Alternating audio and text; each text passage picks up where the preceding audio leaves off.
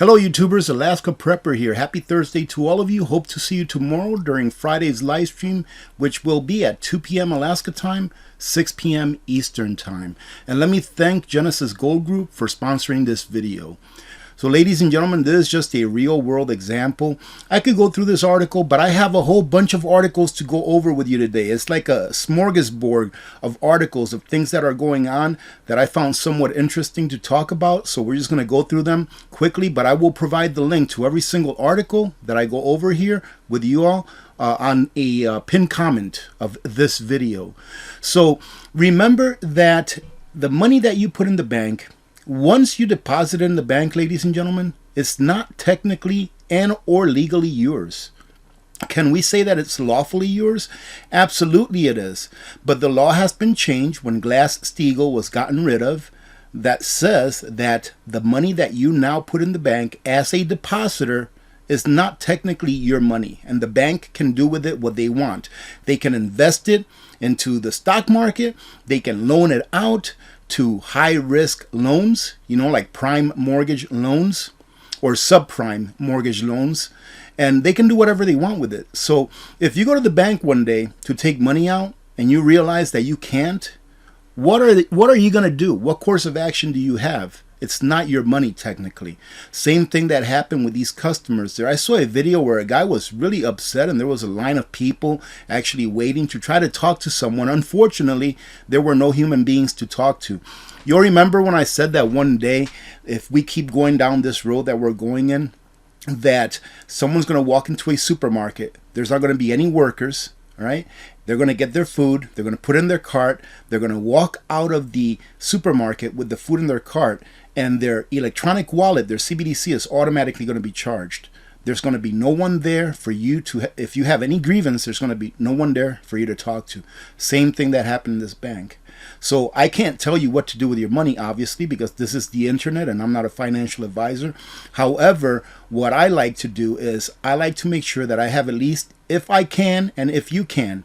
There's some times where I've had to dip into my emergency fund, but I try to have at least 3 months of my bills in cash in the bank. Even though I know it doesn't really belong to me anymore and they can do whatever they want with it, I like to have at least 3 months of bills always in reserve. Just in case something happens to my income, I know that I have a 3-month buffer in the bank.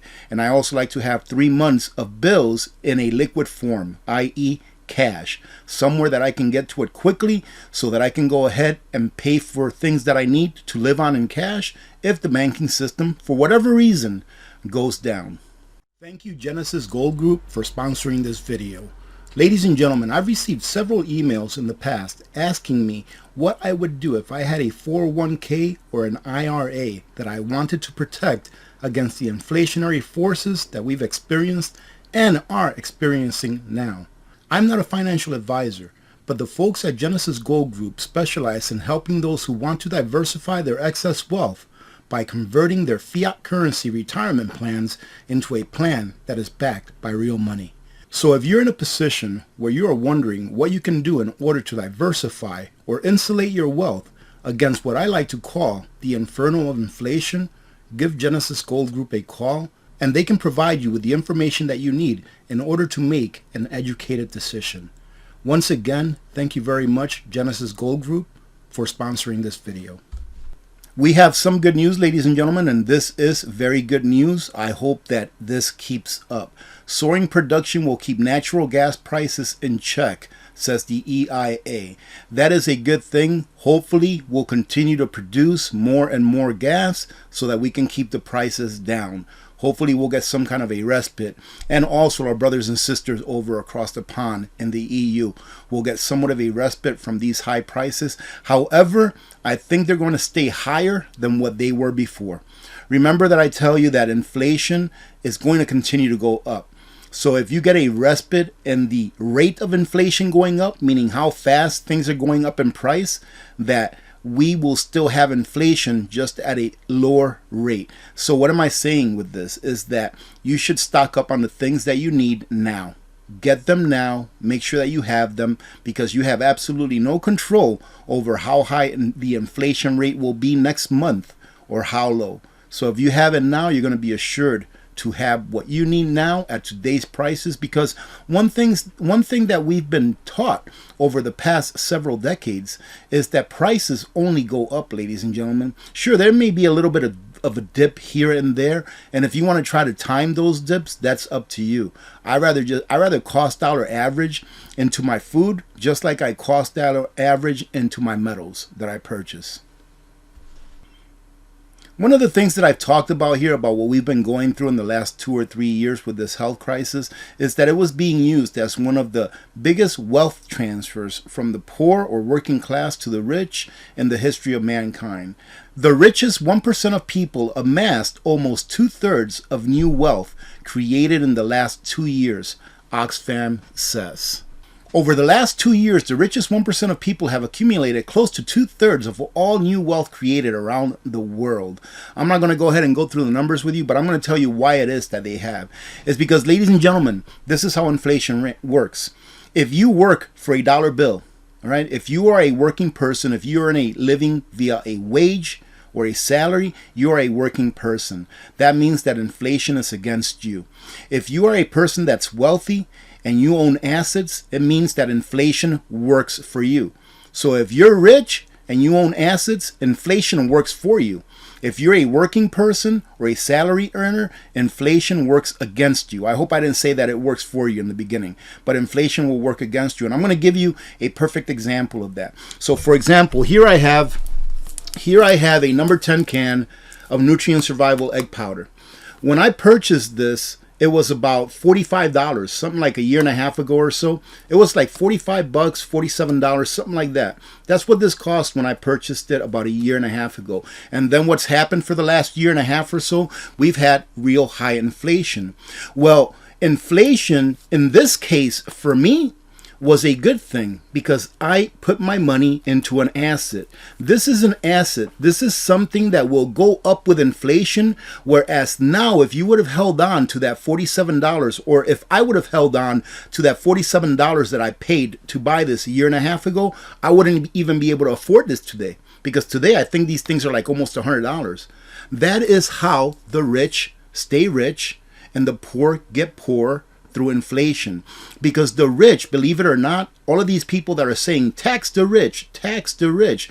Well, the rich really don't make a salary. They don't make a wage, right? They live off of their assets. And whenever they turn in an asset or sell an asset so that they can have money to spend, they pay capital gains on those assets. So they pay 15% if they've held on to it for a year or more, and they pay 25%, I believe is the rate, if they've held on to it for less than a year.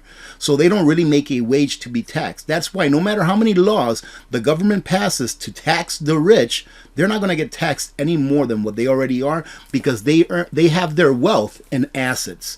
Where we, the working class, most of the working class, we have what we consider our wealth, i.e. money, dollar bills in a bank or under your mattress, whatever. We have it in debt, because a dollar bill is a debt note. It is something that you were paid. In return, you're hoping that that dollar bill is going to be able to get you something in return for it. So you're really working for debt. And wage earners that don't have assets, they will always bear the blunt of inflation. Whereas the rich, they will always benefit from inflation. I hope that made sense. And you may ask, well, AP, how can we change that? Well, we can change that two different ways.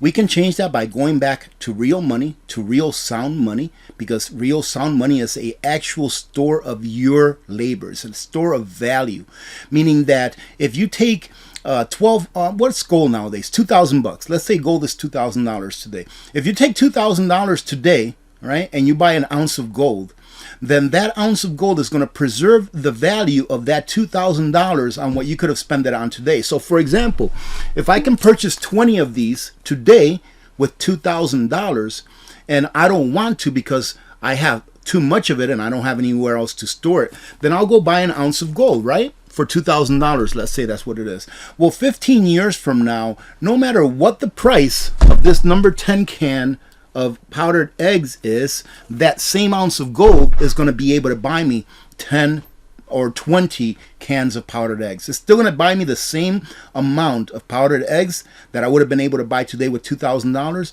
It's just preserve my purchasing power into the future. And the other way that we can change this is this right here. I'm not making this political, but it says here, Oversight Chair, China donations to the Penn Biden Center may have influenced U.S. policy. It's getting donations out of government.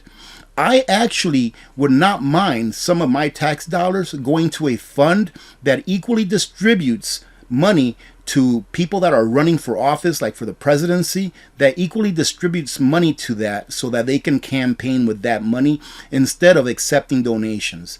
This is where we get that the government always picks the winners and the losers. Why? Because if Corporation X gave this candidate, whoever it is, more money than Corporation A, then this candidate, when they are in office, they are going to feel obligated to pay it forward to Corporation X, the one that gave them the most donations. That is a way that we can change the way things are. However, as I've stated before, too much propaganda, too many people living in a normalcy bias, and this is not going to happen with the same form of governance that we have now. Now, this is very interesting, ladies and gentlemen. I've never driven an electric car. However, I wouldn't mind driving an electric car. I think it would be pretty cool, a cool experience. You know, I think that since they don't have an internal combustion engine, that they have so much more torque because the engines are like in each wheel or in each axle in the front and the back, goes a lot faster in a shorter period of time. So to me, it would be a really cool toy. However, this man here, he discovered that his brand new EV Hummer, electric Hummer, takes 5 days to fully charge off of a wall plug. This is not with a supercharger, it's off of a wall plug. But I have a question. What happens when the pundits, all right, and our overlords have control over your electricity power? What happens when they can just shut down your electricity at will? How are you going to charge your EVs? In this man's case, it took him 5 days to charge it just of a regular wall plug. What happens if he had intermittent blackouts or brownouts where he couldn't do that? And are EVs really eco-friendly? Let me show you something that I looked up. It took me about 5 minutes to look this up. So I try to go down the rabbit hole just a little bit about this. But if you're thinking about buying an electric vehicle in order to save the planet, take a look at this first. And if you do have an electric vehicle, every time that you plug it in to charge it, think about this as well. And please do your own research, ladies and gentlemen. This is from the EIA, all right? It says all the sources of electricity for the United States. About 20% are renewables, 19% nuclear, 22% coal, 38% natural gas. So about, what is this, 60% or so? Yeah, 60% of all of the energy that is produced in the United States comes from what I call fossil fuels. All right, I know some people don't like that term, fossil fuels, but that's what I call it. However, I want to concentrate on these renewables, and where you're not seeing that, although this right here should convince you that when you charge your electric vehicle, it's not eco-friendly. Most of the power that the United States consumed comes from coal or natural gas, okay? And even nuclear plants, we can say that it's not really eco-friendly. And actually, I will say that nuclear plants aren't eco-friendly, and let me tell you why. Why do most people, besides the power issue, besides how you get your electricity, say that a car is eco-friendly? Because no emissions come out of the tail end. There is no exhaust on an EV. So they say, oh, it's eco-friendly, it's not producing any carbon, right? They don't take into consideration that what they're doing is they're outsourcing that carbon production somewhere else. But however, something that most people don't talk about is how much carbon does it take to actually build an EV? How much oil does it take? How much electricity power does it take that comes mainly from fossil fuels in order to build an EV? So here where it says renewables and where it says nuclear, I would challenge that because of this. Take a look at this. In the renewables, we have wind, all right, hydro, solar, biomass, geothermal. Wind and hydro take a lot of concrete, you know, for the base of the wind turbines. And if you're going to build a dam like the Hoover Dam, it takes an awful lot of concrete. And check this out. The Hoover Dam alone, ladies and gentlemen, took 4.4 million cubic yards of concrete to create. Concrete is the world's third largest CO2 emitter. So even if you think that you're getting clean energy from a wind turbine, from a nuclear plant, from a dam, how did they get there? And how will the new ones that we need get there? It's by producing concrete as a major part of their building, of building the structure. Same thing with nuclear. And that is the world's third largest CO2 producer. So even though you may feel good because you're plugging in an electric car, ladies and gentlemen, you're not doing anything to save the planet. You've been bamboozled into thinking that you are, paying that extra fee, and now in some places having to wait days just to charge your vehicle. Now, I don't even know if they've raised the debt ceiling or not. All right, I started hearing about this last week. I wasn't even aware that we were that close to the debt ceiling because it's something that's always happened, at least throughout my lifetime. They've always raised it. In a way, they have no choice if they want to stay in power. You have to understand, ladies and gentlemen, that the reason why the debt ceiling must be raised is so that the government can stay in power. Right? Because we have plenty of money to pay our bills now the way that it is. However, the excess funds that is above what the government collects is what they use in order to stay in power, in order to give out freebies, in order to have pet projects, in order to put a whole bunch of fat in, or pork, they call it pork, right? And all of these bills that they pass. So it says here we go again, time for another debt ceiling fight. So that doesn't really matter to me too much. I believe that they'll end up raising it one way or another. And if they don't, I think it would be a great thing if they don't raise it at all and suspend the debt ceiling and then start living on what we earn. Let me just show you really quick what I mean by that. This is the U.S. debt clock, right? And we're not even going to talk about the 31.5 trillion that we are in debt as a nation. Not talking about unfunded liabilities as well, like Social Security, Medicare, etc., that is in excess, in my opinion, of about 150 to 200 trillion dollars, ladies and gentlemen. Take a look at this. U.S. federal tax revenue. This is how much the U.S. government has taken in taxes over the last year. $4.6 trillion. So what does it mean when we've reached our debt ceiling? What it means is that, listen to this, okay? I hope that you're still with me here in this part of the video. It means that the federal government has to live on 4.6 trillion of your tax dollars. That is what, when we reach the debt limit, means. It means that they can no longer spend 1.4 trillion over what they have. Is the same thing that you do on a monthly basis. You earn a salary, you do a budget, and you say, okay, we can only spend up to this much because this is all we had. That is what reaching the debt limit means. It means that if it doesn't get approved and it doesn't get raised, that the government has to live on this and they have to forego that extra 1.4 trillion that they put on the credit card. Eventually, ladies and gentlemen, the credit card is going to run out. It's going to reach its limit, and the government won't be able to get any more credit cards. And then, ladies and gentlemen, we will have true change. Unfortunately, the things that they're working on in the background, like the CBDC, all these other tyrannical laws that they're working on in the background that they manage to pass here and there whenever they issue a new bill that has 1,400, 4,000 pages, that's what they're working on for when the day comes that they no longer have the ability to put more on that credit card. Because government is about one thing. It's about staying in power no matter what. Now, I talked about this for a little bit on yesterday's live stream. Saudis confirm no dollar oil trade plans in Davos. So the Saudis here a few days back said that they're going to start taking other currencies besides the US dollar for the purchase of oil. They didn't say that they were cutting out the US dollar. They were just saying that, hey, if you want to pay in your national currency for our oil, you can. And they confirmed this at Davos. Ladies and gentlemen, this has been coming for a long time. Like I said, we are nearing the end of a nation's natural life. And unfortunately, this time it happens to be the United States of America, and I would say also a lot of other Western nations. So you have to prepare. Prepare, ladies and gentlemen, because this is real.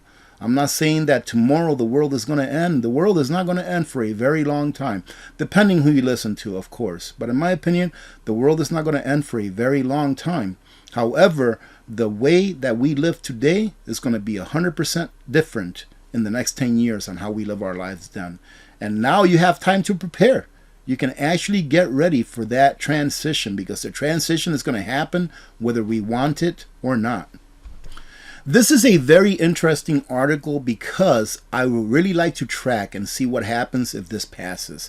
Exactly what I talked about before, that when the government takes so much from the rich, all right, those people that have corporations and companies that produce stuff, that eventually they will leave. So this is something that I'll try to follow. Here it says wealth tax legislation to be introduced this week as far as Illinois goes. What I think will happen here ahead of time, so I'm putting it on record, is that the rich are just going to leave Illinois.